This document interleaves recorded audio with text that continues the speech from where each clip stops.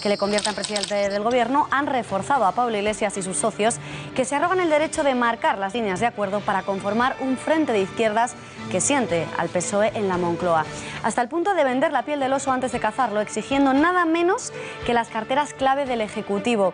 Hoy, tanto Pedro Sánchez como su hombre de confianza, César Luena, han asegurado que no liderarán un gobierno en el que no confíen y que no pactarán a cualquier precio. Sin embargo, Ferraz ya ha rechazado que los varones tengan voz y voto en el pacto de gobernabilidad. No obstante, todo parece indicar que el próximo día 30 el Partido Socialista celebrará su Congreso Federal, en el que el liderazgo de Sánchez, tras haber llevado a su partido al peor resultado histórico en unas elecciones, quedará finalmente revalidado o rechazado. De este Congreso depende el futuro de España, mientras que para Podemos, el líder de los socialistas, está atado de pies y manos por la vieja guardia socialista. Desde el PP acusan a Sánchez de arrodillarse ante Pablo Iglesias. Arrodillado, ¿no? Lo cierto es que Iglesias tiene en su mano la posibilidad de hacer o no presidente del Gobierno a Pedro Sánchez. Consciente de ello, la fuerza de negociación tras la espanta de Rajoy el pasado viernes a someterse al debate de investidura refuerza su táctica de cara a un Pedro Sánchez cuestionado desde dentro y desde fuera de su partido. Podemos tiene todos los ases en la manga. Si Sánchez acepta, asaltará el Gobierno. Si se convocan nuevas elecciones, todo parece indicar que la formación morada dará el sorpaso a los socialistas. Sexta W, ¿qué debería hacer el PSOE para pararle los pies a Pablo Iglesias? Editorial con Eduardo García Serrano.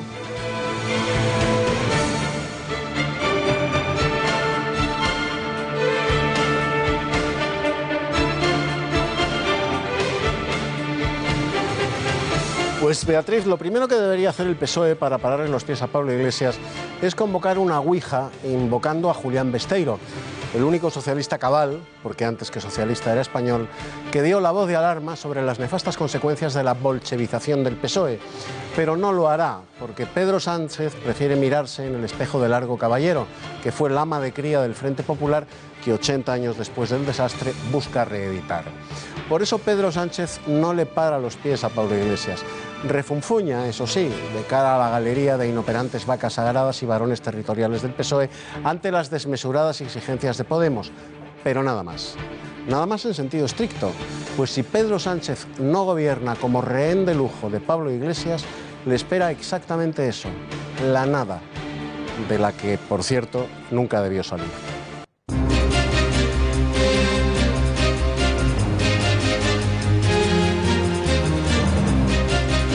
Un terremoto de magnitud 6,3 ha sacudido esta madrugada las calles de Melilla, aunque también se ha sentido en buena parte de Andalucía. Ha sido uno de los terremotos de mayor magnitud de los que se han sufrido en nuestro país en los últimos años. Según ha informado la delegación del Gobierno, al menos 26 personas habrían resultado heridas y un niño en Marruecos ha muerto a causa de un infarto provocado por el terremoto. Queremos un gobierno estable en España y entendemos que el proceso constitucional está en marcha. Con estas palabras se ha dirigido el portavoz de la Comisión Europea, Margaritas Esquinas, sobre la inestabilidad que se vive en nuestro país tras el 20 de diciembre. Bruselas insiste que la economía se recupera, pero subraya que los enormes desequilibrios, como los altos niveles de deuda y el paro, persisten y por ello exigirán un doloroso ajuste fiscal adicional al próximo Ejecutivo. En este informativo hablaremos con un economista para averiguar cómo este nuevo ajuste puede afectar a nuestros bolsillos. We want to see a stable government emerging in Spain, and we understand now that the constitutional process is underway. Donald Trump ha vuelto a sembrar la polémica. El aspirante a convertirse en candidato de los republicanos ha presumido de sus buenos resultados en los sondeos, asegurando que tiene de su lado a la gente más leal, llegando incluso a vanagloriarse de que podría pararse en mitad de la Quinta Avenida y disparar a la gente y aún así no perdería votantes. No es la primera vez que el magnate acapara todas las portadas. Ya una vez propuso prohibir la entrada de todos los musulmanes a Estados Unidos y acusó a México de enviar drogas y violadores a través de la frontera. Mi gente es muy lista, tengo a los más leales. ¿Alguna vez habéis visto algo así? Podría ponerme en mitad de la Quinta Avenida, disparar a la gente y no perdería votantes. Es increíble. El Estado Islámico prepara nuevos atentados a gran escala en la Unión Europea y en concreto en Francia, según ha advertido un informe presentado este lunes por la Oficina Europea de Policía, Europol. ¿Qué herramientas tiene Europa para hacer frente a esta amenaza? Lo analizamos todo de la mano del analista en seguridad y defensa Bruno Navarro. Y en los deportes, Juanma Pérez Noya, buenas noches. ¿Qué tal? El Barça más líder que nunca. Sí, y además me alegro que no esté Gonzalo para recordármelo, pero efectivamente el Barcelona consiguió ganar ahí, consiguió ganar 1-2 en Málaga, le costó al principio, pero Messi deshizo ese empate que le hubiera costado al Barcelona un pinchazo más. Después, el Atlético de Madrid ayer y el Real Madrid también se dejaron 2 puntitos, empataron ante Sevilla y Betis y por tanto se descuelgan en la clasificación. En el tiempo de deportes sabremos mucho más de estos 3 partidos y ojo, hablaremos de la posible agresión, nueva agresión de Cristiano Ronaldo a un rival.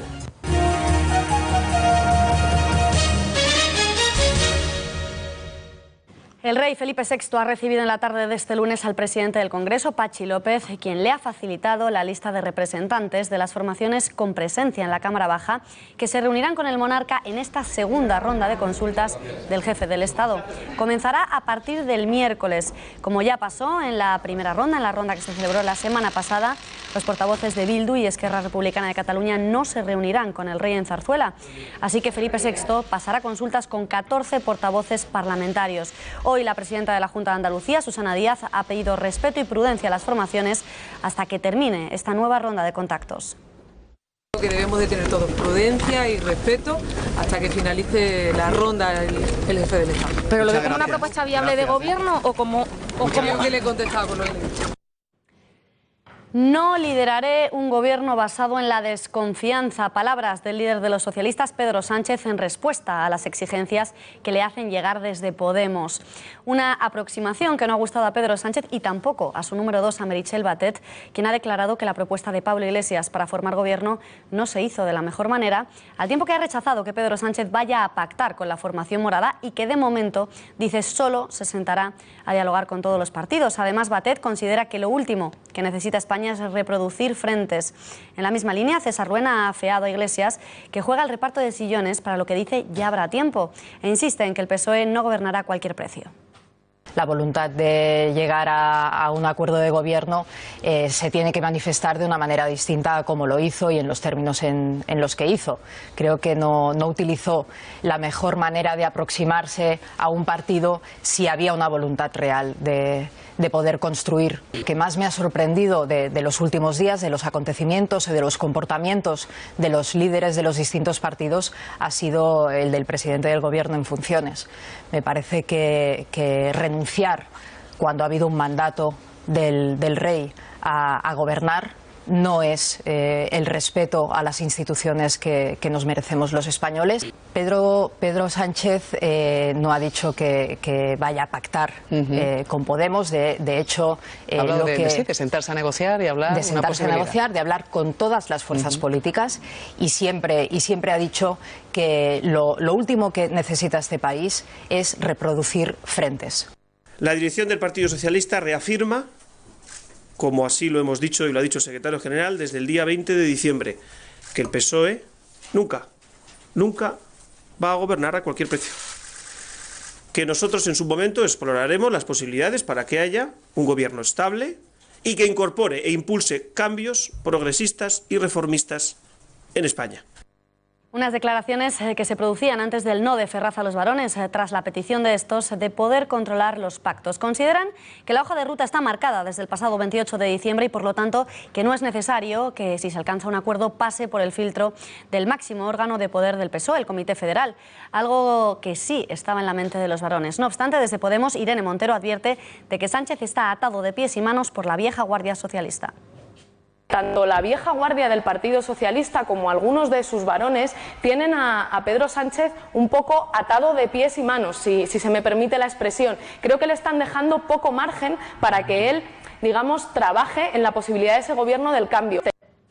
Pese a la negativa de los socialistas a la propuesta de Podemos, Pablo Iglesias ha insistido hoy en que no apoyará un gobierno socialista en el que no posea al menos la mitad de los ministerios. Iglesias asegura además que defenderá con firmeza el referéndum, aunque está dispuesto a escuchar al PSOE. ¿Ustedes votarían a Sánchez en entrar en el gobierno? Quiero decir, solo pactando las reformas que necesitan los españoles. No creemos en esa vía. Fíjate, te soy muy sincero, Pepa. Yo creo que en este caso el Partido Es la vía Socialista, portuguesa, es la vía portuguesa. Sí, y te digo, creo que el Partido Socialista en estos momentos estaría dispuesto a poner su firma en cualquier papel. Yo creo que la garantía de algo no es lo que se dice en los papeles, es que haya equipos de gobierno distintos, y creo que eso lo han entendido todos los españoles. ¿Y qué competencias concretas tendría un ministerio de plurinacionalidad? Es fundamental reconocer que el modelo del café para todos ha resultado ser, al menos en este momento, insuficiente. Aquí falta reconocer la diversidad de nuestro país, la diversidad territorial y la plurinacionalidad. El pacto entre PSOE y Podemos es suicida y el PSOE lo sabe. Es la opinión de Pablo Casado, que se suma a la del líder de Ciudadanos, Albert Rivera, que exige responsabilidad a Sánchez para no convertir España en Grecia o en Venezuela. Más contundente aún se muestra el vicesecretario de organización del PP, Fernández Maillo, quien acusa a Sánchez de arrodillarse ante Iglesias. Podemos llegar a acuerdos en algunas cosas con el Partido Socialista o con el Partido Popular, pero nosotros no estamos dispuestos a poner la economía de España en manos de Podemos, que tiene como referencia a Grecia, o Tsipras o Syriza. El Partido Socialista es consciente, la ejecutiva actual, que pactar con Podemos en el fondo es una estrategia suicida, ¿no? Lo que pasa es que, claro, con este movimiento, si fuera un avión kamikaze, él pensaba, bueno, pues yo a medio plazo es suicida para mi partido, pero por lo menos me llevo por delante el portaaviones del Partido Popular. Creo sinceramente que Pedro Sánchez ahora mismo quiere ser presidente a toda costa y que está arrodillado ante Pablo Iglesias. Me pareció muy descriptivo de la situación que está viviendo el Partido Socialista con su líder a la cabeza, el que sea el tercer partido quien le esté marcando a Pedro Sánchez los tiempos, y no solamente los tiempos, el ritmo e incluso el gobierno. Nosotros lo hemos dicho muy claro, no se negocia con líneas rojas, y nos apenó enormemente que el Comité Federal del PSOE establecía, además por escrito, líneas rojas para su candidato a la presidencia. Nosotros tenemos una propuesta que vamos a defender con firmeza, que es que en Cataluña se produzca un referéndum, y además es una propuesta que está inspirada en lo que decían los propios socialistas hasta hace 2 años. ¿Por qué es tan importante el Congreso Federal en estos momentos en los que el futuro de España pende de un hilo? Ese hilo podría desmadejarse en el próximo Congreso Socialista previsto para el día 30 de enero. ¿En qué consiste? ¿Qué se elige? ¿Quién tiene voz y voto? ¿Y cuáles son las posturas de los varones frente a la posibilidad de pactar con Podemos? Rafael Núñez Huesca, muy buenas noches. Buenas noches, Beatriz. Buenas noches, cuéntanos. Pues el Comité Federal es importante porque es el máximo órgano del partido entre congresos, porque se reúne al menos 2 veces al año y tiene por objeto examinar la gestión de la Ejecutiva, definir la política del partido, elaborar el programa electoral o, y esto es capital en el momento en el que nos encontramos, determinar la política de alianzas del Partido Socialista. ¿Quién participa? Pues participa la Comisión Ejecutiva Federal, que son básicamente la gente de Pedro Sánchez, los representantes de las diferentes federaciones, los llamados varones, representantes del partido en el Congreso de los Diputados, en el Senado, en el Parlamento Europeo, representantes también de las juventudes y coordinadores de las organizaciones sectoriales. ¿Qué opinan los varones en estos momentos? Pues excepto Miquel Iceta, que es el secretario de los socialistas catalanes, que se ha mostrado satisfecho con la posibilidad de un pacto con Podemos, la gran mayoría de los líderes territoriales han mostrado su rechazo. Desde Susana Díez hasta Javier Fernández, que es el líder del partido en Asturias, pasando por el aragonés Javier Lambán, el extremeño Guillermo Fernández Vara o Emiliano García Paje, que es el líder del Partido Socialista en Castilla-La Mancha. En definitiva, el Comité Federal del próximo sábado es importante porque de él depende ya no solo el futuro del Partido Socialista, sino también y sobre todo el futuro de toda España. Muchas gracias, Rafael. Hoy Esperanza Aguirre ha vuelto a pedir un paso atrás a Mariano Rajoy para evitar que Podemos llegue al gobierno. La respuesta ha llegado en boca de Margallo. La candidatura de Rajoy es irrenunciable. Es el tiempo de los sacrificios y de las cesiones. ¿Para qué? Pues para conseguir, por el bien de España, que Podemos no entre en el gobierno. Ya han visto ustedes lo que quiere hacer Pablo Iglesias en el gobierno. La candidatura de Mariano Rajoy es innegociable para el Partido Popular. Y lo es por varios motivos. En primer lugar, porque no conozco a nadie en el Partido Popular que haya sugerido un candidato alternativo. Eduardo, ¿la negativa de Rajoy a someterse al debate de investidura es a tu juicio cobarde o crees que es una buena estrategia del Partido Popular? Bueno, pues Beatriz, más que cobardía, de la que Rajoy no está exento, su espantado del pleno de investidura se parece más a una buena estrategia. Sabíamos que Rajoy es muy aficionado al ciclismo y al fútbol. Lo que ignorábamos hasta ahora es que también es un consumado judoka. Pues el movimiento que hizo el viernes está en los arcanos de ese arte marcial milenario que es el judo. aprovechar la fuerza del contrario para que sea esta la que le derribe. Al negarse a comparecer en un pleno en el que le iban a rejonear, literalmente, toda la fuerza de la oposición se vuelve contra ella misma, evidencia sus contradicciones internas, para el PP se diluye en la nada y, además, consigue que la creciente marea de miedo a la incertidumbre y a la inestabilidad favorezca al Partido Popular. La fuerza del miedo, eso que Rajoy maneja también, vuelve a favorecerle, pues si la mayoría ha votado al mal menor, lo lógico es que gobierne el que, siendo todos malísimos, es el Benjamín de los malos, o sea, el mal menor.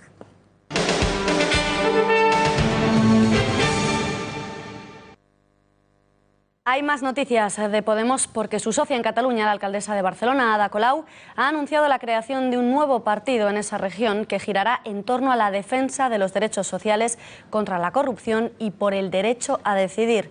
Lo ha dicho este lunes en rueda de prensa junto al portavoz de En Comú Podem en el Congreso, Xavier Domènech, quien ha afirmado que si Podemos forma gobierno con el PSOE en Cataluña habrá referéndum. Jo crec que hi haurà referèndum a Catalunya ara o més tard. Si Podem està en el govern, estic segur, si en Comú Podem també està al govern, evidentment, estic segur que hi haurà referèndum.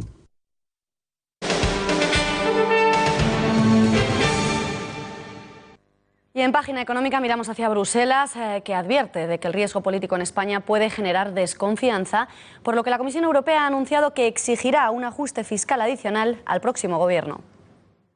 We want to see a stable government emerging in Spain, and we understand now that the constitutional process is underway.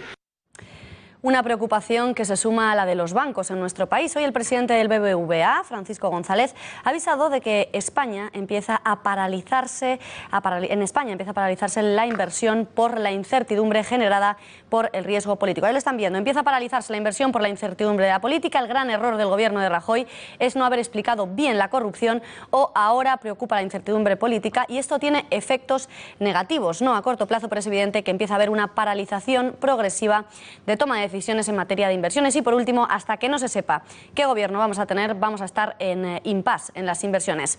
Para hablar de cómo este escenario de inestabilidad política puede lastrar el crecimiento y la recuperación de la economía española, tenemos ya en plató, contamos con la presencia del señor Francisco Canos. Muy buenas noches. Muy buenas. Economista, asesor y experto en inversión. ¿Por qué Bruselas alerta de este riesgo inminente para nuestro país si no se consigue formar un gobierno estable? Digamos que no solo la Comisión, Europa, sino que desde distintos foros lo que se está poniendo es una cierta presión, un cierto énfasis en que la economía siga su curso, que se hagan los ajustes que ya están comprometidos, y para eso necesitan un marco estable que legisle y que gobierne. Es decir, que Bruselas lo que teme es que no se pongan en marcha las medidas que ya, por ejemplo, el Ejecutivo de Rajoy se había comprometido a cumplir. Efectivamente, en la situación actual, la dificultad para llegar a un gobierno que efectivamente gobierne, lo que produce es una incertidumbre. La incertidumbre genera recelos, genera pensárselo dos veces antes de hacer cualquier cosa, y por eso limita y, en el mejor de los casos, retiene esas inversiones y esos procesos. Además, hoy la Comisión Europea ha dicho que exigirá un doloroso ajuste fiscal adicional a nuestro país. ¿Esto cómo puede traducirse en el bolsillo de todos los españoles? ¿Lo vamos a notar? Evidentemente, cualquier ajuste fiscal significa una política menor desde el punto de vista expansivo. Eso significa que hay ciertas cosas, sobre todo de carácter social, que se fuerza a no poner elementos y recursos en esos aspectos. También es verdad que hay que tomárselo un poco con calma, en el sentido de, primero, España nunca ha cumplido con ese requisito, y España no está solo en no cumplir con ese requisito. Respecto a las palabras del presidente del BBVA, de Francisco González, ha dicho que ya se está notando la paralización de la inversión extranjera. ¿Qué tendría que pasar para que realmente no se paralizara? ¿Qué escenario de estabilidad? Es decir, un gobierno, por ejemplo, formado entre Podemos, PSOE y los independentistas genera más incertidumbre que un gobierno formado por PP y PSOE, o por Ciudadanos y PSOE. ¿Qué escenario es el que se tiene que dar para que España no note este lastre en las inversiones? Efectivamente, a la primera parte, no llevamos ni un día ni dos. O sea, si realmente empezamos a mirar, llevamos ya más de un año de elecciones de cualquier tipo en que la clase política se ha dedicado a hacer campaña y a intentar que sus propuestas ganen.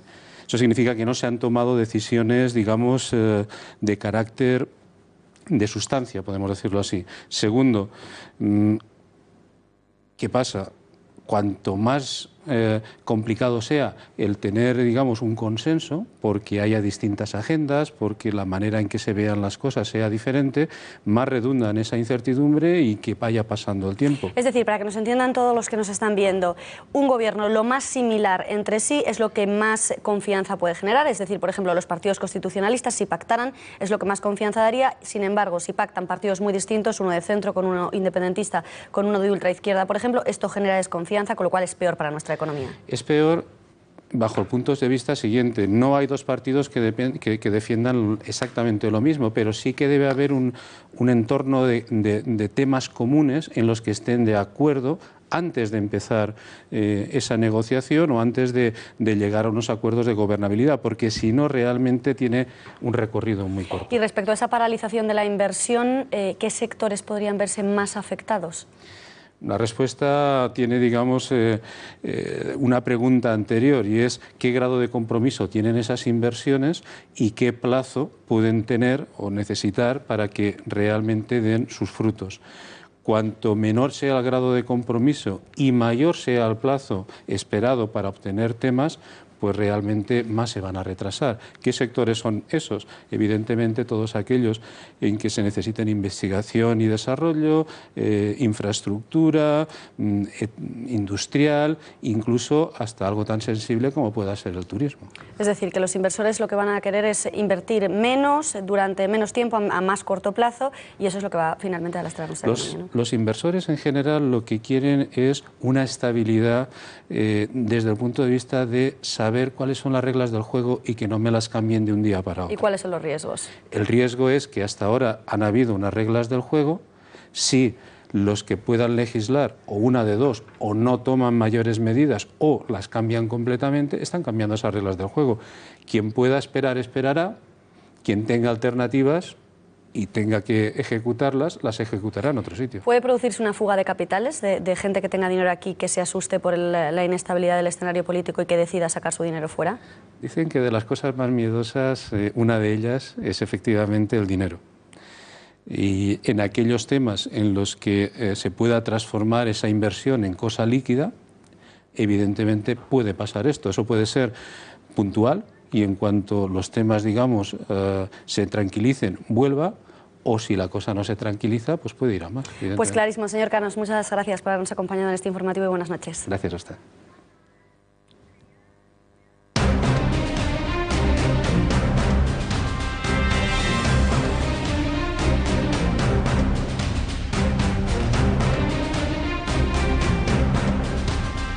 La organización terrorista del Estado Islámico prepara nuevos atentados a gran escala en la Unión Europea y en concreto en Francia, según ha advertido un informe presentado este mismo lunes por la Oficina Europea de Policía por Europol.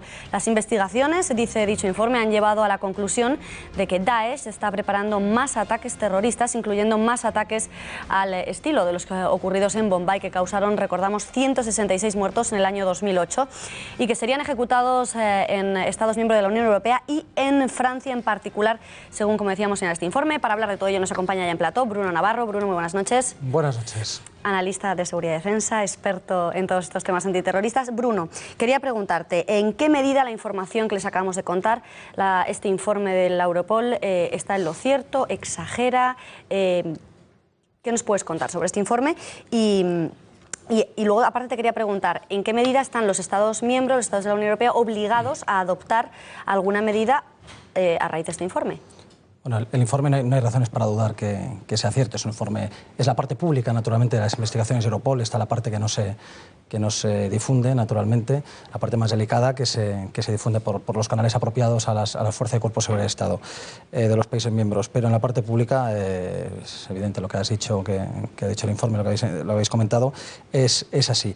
La parte ya, y es para temerlo, ¿no? Es para estar preocupado. O sea, que la amenaza es absolutamente real. Absolutamente, lo lo hemos venido diciendo desde el principio, ¿no? desde siempre, que la amenaza está ahí, que va creciendo y que no son casos aislados los atentados de un lado u otro. Lo que preguntabas es cómo deben actuar, cuál es el protocolo que ahora deben seguir los países. No hay un protocolo unificado, es decir, Europol es una herramienta muy útil, pero afortunadamente aún somos independientes en determinadas cosas y no hay una gran nación europea, ¿no? Entonces somos independientes para adoptar las medidas que se requieran. De hecho, la amenaza en cada país es distinta, ¿no? Tiene unas peculiaridades distintas, con lo cual cada país lo hace a su manera. Nosotros reforzamos, el nivel 4, actualmente los 5 que tenemos, estamos en el nivel 4 desde antes de verano, a raíz de una serie de atentados que hubo en todo el mundo. El máximo es el 5, estamos en el 4, o sea que es bastante alto. Es muy alto, sí, es un riesgo alto y digamos que el 5 sería el inminente. ¿Qué ocurre con el nivel 4? El nivel 4 no es una... Hay que tener en cuenta que los niveles no son algo estanco en el cual cuando yo subo de nivel tengo una batería de medidas que las voy a adoptar todas de golpe, no. Cada nivel permite una serie de medidas que el gobierno de España aplica o no en función de la situación. ¿Qué hicimos a raíz del Bataclan, de los atentados de Bataclan en noviembre? Reforzar ese nivel 4 dentro de ese mismo nivel. Sin reforzarlo. embargo, a raíz de este informe, si dicen que el ataque es inminente, que es el estado de alerta 5, ¿lo normal sería elevar este grado de alerta al 5 o no? ¿O es exagerado? La interpretación realmente no dice tampoco cosas tremendamente nuevas. Habla de que hay células, de que no están en Europa, de que no están dirigidas de una forma cercana desde Siria, que tienen bastante independencia, que van a volver a atacar. Realmente no está diciendo nada nuevo. De hecho, si fuera tan inminente la amenaza, no esperaríamos, ya dijimos en su día que todos los viernes se revisa el nivel de amenaza para subirlo o no. No esperaríamos al próximo viernes, lo habríamos hecho ya hoy mismo, inmediatamente después de ese anuncio habríamos subido el nivel de alerta. El hecho de que no lo hayamos subido puede indicar que, bueno, que sí que hay un nivel de amenaza, pero no hemos llegado a la frontera del nivel 5. De todas formas, el viernes tendremos la confirmación si al terminar el viernes seguimos en el nivel 4, como yo entiendo que vamos a seguir. Bruno, por otra parte, hoy el Reino Unido ha dicho que el Estado Islámico, que esta organización terrorista, está en declive. ¿En qué informaciones se basa para contradecir lo que dice el Europol y cuál de las dos teorías está más cercana a la realidad?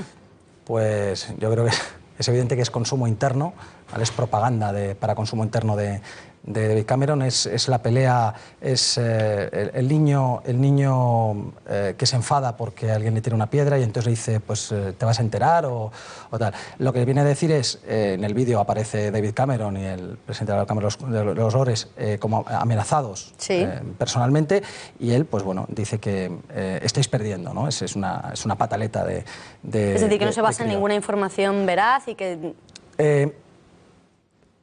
se basa en una parte de información que sería el hecho de que, bueno, recientemente, desde otoño del año pasado, en Irak el Estado Islámico ha perdido 3 ciudades, 3 pequeñas ciudades, pero simbólicas, que tenían cierta importancia, como son Tikrit, Sinjar y Ramadi, pero eso no significa que estén en declive ni en franco retroceso, es decir, eran ciudades que estaban ya en la frontera. Es decir, era el límite de máximo avance del Estado Islámico, eran ciudades que estaban realmente, en algunos casos, la periferia ya estaba desde el principio en la frontera, por así decirlo, con la zona iraquí libre, estaba allí, y lo único que han hecho es avanzar un poco. Han sido ofensivas muy importantes en las cuales se han recuperado esas ciudades, esos pueblos. Pero de ahí a hablar de franca retirada del Estado Islámico, que mantiene sus lugares, sus posiciones, incluso en Siria ha recuperado algún territorio, las bajas que tienen, que son muchas por los ataques a la coalición y de Rusia, las están rellenando con nuevos voluntarios venidos de todo el mundo. Yo creo que ahí Hollande ha sido más limpio en sus declaraciones cuando ha dicho, él ha hablado de que nada nos desalentará, ningún vídeo hará flaquear a Francia en la lucha contra el terrorismo. Han sido frases, yo creo, más limpias que simplemente la pataleta de decir estáis perdiendo, ¿no? Cuando no es cierto. Además, ese vídeo al que te referías todo el rato, Bruno, hemos conocido ese vídeo en el que, en primer lugar, aparecen terroristas del Estado Islámico que participaron en esos atentados de Bataclan, esos atentados del 13N, y por otra parte, hoy se ha filtrado una información que asegura que estos terroristas que participaron en este ataque masivo en la capital francesa habrían decapitado a rehenes antes de viajar a Francia. Todas estas informaciones claramente las tiene que filtrar el Estado Islámico. ¿Por qué lo hace? ¿Lo hace para aterrorizar a Occidente? ¿Qué busca con todas estas informaciones, con esta publicación de vídeos, con estas amenazas? Bueno, pues es justo lo que has dicho, es aterrorizar, pero aterrorizar por tiempos. Si toda la información que el Estado Islámico tenía de los atentados y todo lo que pudiera tener de vídeo, de declaraciones, de información, la suelta al día siguiente del atentado junto con la reivindicación, el impacto se queda ahí. Claro, se queda ahí, ya nos habríamos olvidado. 2 meses después siguen sacando información para maximizar los efectos. Es un atentado muy grande, muy importante, no se hace todos los días, cuesta mucho conseguir ese éxito, por lo tanto tienen que maximizar los resultados y eso supone que todavía, a no ser que antes haya otro atentado de mayor magnitud que les interese más, este va a ser el atentado en el que van a seguir en su revista Davik, que sacan cada X meses, que publican cada X meses digitalmente, de muy buena calidad, por cierto. También es el centro de atención, sigue siendo también estos atentados y el futuro, ¿no?, a raíz de esos atentados. Y así vamos a seguir un rato. Bruno, bueno, pues tras conocer este informe de Europol bastante inquietante, ¿qué medios tiene Europa para hacer frente a esta amenaza yihadista? Pues los medios que tenemos, primero naturalmente serían las fuerzas de cuerpo de seguridad del Estado y los servicios de información, hacen un grandísimo trabajo, lo están haciendo muy bien, pero no lo pueden parar todo, lo hemos hecho siempre, no lo pueden parar todo, y más cuando la amenaza aumenta el nivel y el número de gente a la que hay que perseguir, seguir, etcétera. Con lo cual, no lo pueden parar todo, pero lo hacen francamente bien, y en toda Europa se está mejorando mucho ese nivel de lucha.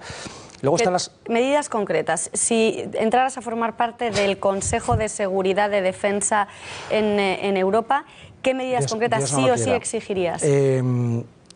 Las campañas de antiradicalización, pero, valga la redundancia, radicales, no como se están llevando a cabo. ¿De acuerdo? Campañas de radicalización con consecuencias para los radicales. Es decir, a todo el que se pille coqueteando con el yihadismo entrando en páginas web, penas de multas, de cárcel y expulsión. Y expulsión del país. Efectivamente. Más medidas. Más medidas. Es fundamental el control de las fronteras y actuar, que eso no, es lo que no se está haciendo ahora mismo, actuar conforme a la ley, protegiendo nuestras fronteras, como sí que han hecho algunos países, o están intentando en algunos países del este de Europa, y proteger realmente nuestras fronteras. Y luego, realmente coger el toro de los refugiados, o de los mal llamados en ocasiones refugiados, por los cuernos, y actuar claramente y contundentemente en ese campo. Bruno, ahora que hablamos de refugiados, me gustaría también que vieras unas imágenes en las que se ve claramente cómo un grupo de refugiados agrede, golpea a policías en Hungría en un campo de acogida. Hoy, precisamente, la Unión Europea ha anunciado que debatirá de manera inminente medidas para hacer frente a esta crisis de las fronteras. ¿Qué debería hacer Europa concretamente en relación a los refugiados? Bueno, huyendo de populismos, de frases baratas, de nos atacan, nos invaden y demás, hay bastante de medidas eso. Concretas que se pueden hacer, de todas maneras, fuera del populismo, ¿no? Para empezar, yo creo que un buen ejemplo es lo que han estado haciendo nuestros amigos del este de Europa, ¿no? Es decir, es aplicar la ley, vigilar sus fronteras, y no dejar pasar a nadie que no tenga un medio legal de cruzar la frontera, ni un motivo legal de cruzar la frontera. Hay que entender que los refugiados se les está llamando refugiados, y es verdad que siguen siendo refugiados, aunque se desplacen miles de kilómetros a buscar una vida mejor, pero ya se están comportando como inmigrantes o migrantes por motivos económicos. Te están buscando una vida mejor, pero ya estaban en Jordania, estaban en Turquía, estaban en Egipto. Habría que discriminar quiénes son los verdaderos refugiados que huyen del terror, por ejemplo, de Siria, y quiénes son los inmigrantes económicos que buscan una vida mejor o que incluso se cuelan como yihadistas dentro de Europa. Ni siquiera eso, porque es muy difícil pensar que puede llegar a la frontera con Croacia un refugiado huyendo de una matanza, porque ya antes ha parado en Turquía, ya antes ha parado en Egipto, ya antes ha parado en Jordania. Entonces, ¿cómo se discrimina? ¿Cómo se distingue, digamos, al refugiado real del refugiado que no es real? Lo primero es el error de aceptar cupos inasumibles para una sociedad como la europea, esos cupos enormes de refugiados que van a ser transportados y traídos a Europa. Segundo, en la frontera ya no se trata, o sea, no pueden llegar a Europa pidiendo refugio porque ya lo han tenido que pedir en su primer país, eso que marca la ley. Tienen que pedir el refugio en el primer país seguro, donde vayan, y eso no es ningún lugar de Europa, naturalmente. Y luego, además, secundariamente a eso, dentro de esos refugiados que se mueven como inmigrantes, sirios, una gran parte de esos supuestos sirios no son sirios. Ha sabido hace poco las agencias de inteligencia occidentales están diciendo que hay una gran parte que son nordafricanos. pero es muy cunde mucho y tiene mucho efecto el decir soy sirio cuando no lo soy, ¿no? Pero y una vez que los tienes aquí ya, que es el problema que estamos teniendo ahora mismo en Europa, ¿qué se hace con ellos? Pues ese es un problema bastante gordo que es que no tenía que haberse permitido. En el momento en que ya los tienes aquí, habrá que devolverles a algún lugar. Hay que tener en cuenta que esas masas, esos millones de refugiados, ni son asumibles por nuestra sociedad, ni se van a habituar, como estamos viendo, a nuestra sociedad, ni les vamos a convertir en ciudadanos europeos, socioculturalmente hablando, y tampoco es previsible que vayan a poder volver a sus países en un límite de tiempo X que sería deseable. En un momento dado dices, bueno, vamos a mantener aquí hasta que puedan volver. No van a poder volver. Obviamente que quieran no van a poder volver. Con lo cual, no hay solución entonces. No, la solución es llevarlos a lugares lo más cercanos a sus países, en un ambiente sociocultural muy parecido al suyo, socialmente, religiosamente, etcétera, etcétera, y para empezar, no solamente en los lugares donde ya estaban, que es verdad que están masificados, pero es que las monarquías del Golfo, nadie les está pidiendo que reciban esos refugiados a los que deberían estar recibiendo. Por último, Bruno, activistas en Siria han denunciado que se han producido decenas de muertes por ataques rusos en el país. ¿Qué hay de cierto en todo esto? Bueno, cierto es evidente, decenas y me parecen pocas, pero nos hemos levantado, nos hemos desayunado todos los días durante más de una década en Irak y Afganistán, con bajas colaterales de civiles por parte de las fuerzas aliadas, ¿no? De las fuerzas aliadas en las misiones tanto de Irak como de Afganistán y de otros lugares. Es decir, el daño colateral de ataques aéreos es muy fácil que se produzca, es muy difícil evitarlo, se intenta minimizar al máximo.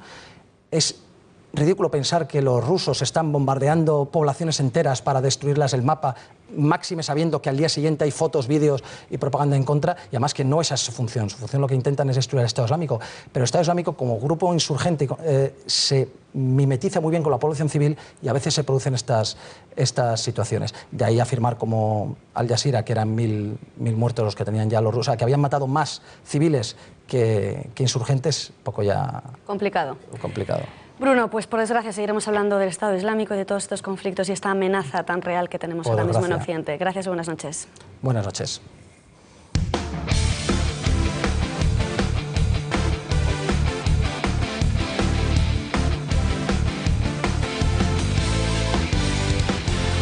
Y en los deportes, Juanma, bueno, cuéntanos, ¿qué nos puedes contar a estas horas? Pues a estas horas de lo que se está hablando es que después de la jornada de Liga de este pasado fin de semana, el Barcelona es más líder que nunca el sábado.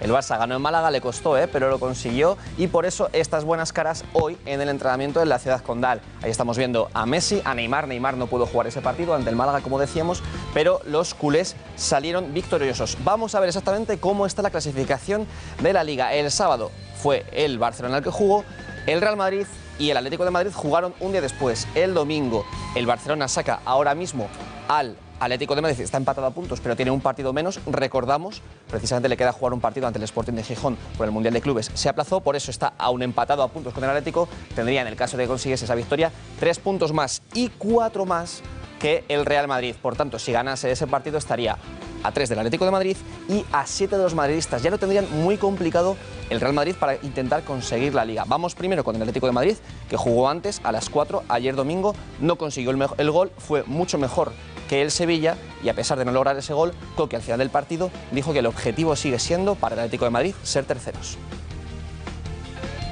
Solo ha hecho falta que entrara, ¿no? Hemos tenido buena suerte. Bueno, nosotros siempre lo hemos dicho, ¿no? Nuestro objetivo es ser terceros. Hoy hemos hecho un gran partido, al equipo no se le puede reprochar nada y nada, el próximo partido contra el Barça lo daremos todo e intentar llevar nuestro fútbol allí, que sabemos que es muy difícil. Bueno, pues en el Real Madrid hubo mucha polémica. Empató ante el Betis, empezó marcando el equipo andaluz y posteriormente empató el Real Madrid con gol de Karim Benzema. Hubo mucha polémica, hubo penaltis en las dos áreas, pero la imagen del partido, una vez más, fue esta. Por desgracia, Cristiano Ronaldo volvió a cometer una agresión contra un rival sin balón, en este caso ante Molinero. Al acabar el partido, el jugador del Betis reconoció que efectivamente fue una agresión y que el portugués se merecía la roja. Vamos a escuchar las cámaras de Movistar Plus. Al fin y al cabo, si solo ve el árbitro, es agresión y bueno, yo no entro a valorar eso, pero creo que eso son sobras, ¿no? Yo también doy patadas y hago faltas y no, tampoco me voy a esconder, yo no soy aquí ahora un santo, ¿no? Pero bueno, yo creo que dentro de lo que cabe voy siempre con balón, sin ninguna maldad. Yo creo que cuando es sin balón, yo creo que sobran y ya viene de la semana pasada también. Bueno, Zidane dijo después del partido que no le podía reprochar nada a sus jugadores, que lo hicieron muy bien. Hoy Bale ha vuelto a entrenar, el Real Madrid tenía de descanso, Bale ha vuelto a entrenar, parece que está ya prácticamente recuperado de ese problema fibrilar, y lo que nos vamos es con el resto de la Liga.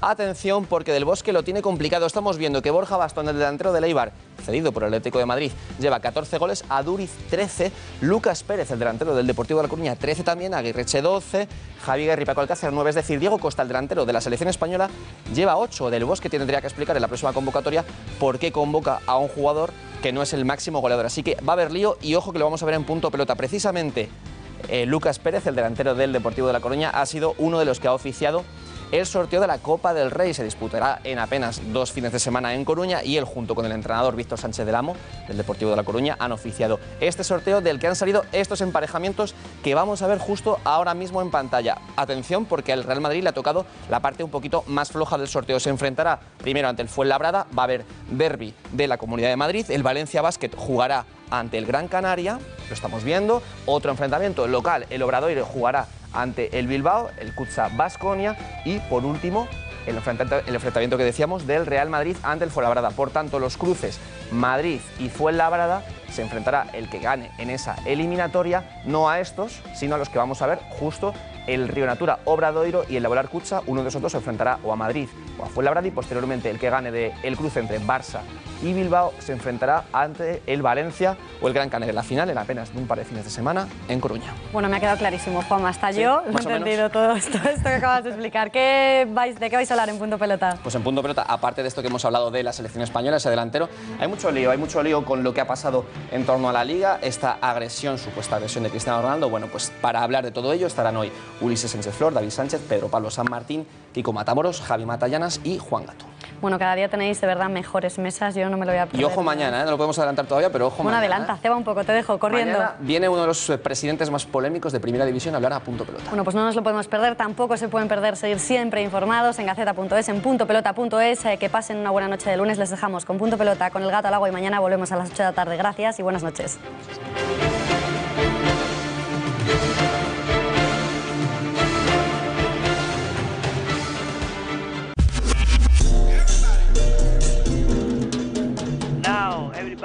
Estoy pensando en alquilar mi vivienda, pero me da tanto miedo. ¿Y si no me pagan? ¿Y si se retrasan los pagos? ¿Y si me destrozan la vivienda? Si hubiera algún gestor que me pagara las rentas en lugar del inquilino, despreocupándome de todo. Somos la única empresa del mercado cuyo grado de implicación en la gestión del alquiler llega hasta el punto de pagar directamente y sin ningún retraso a los propietarios las rentas de los inquilinos a los que seleccionamos. Agencia negociadora del alquiler, el alquiler sin riesgos. Non, rien de rien. Non, je ne regrette rien. Ni le bien. En la vida ya pagas demasiadas comisiones. Trae tus ingresos a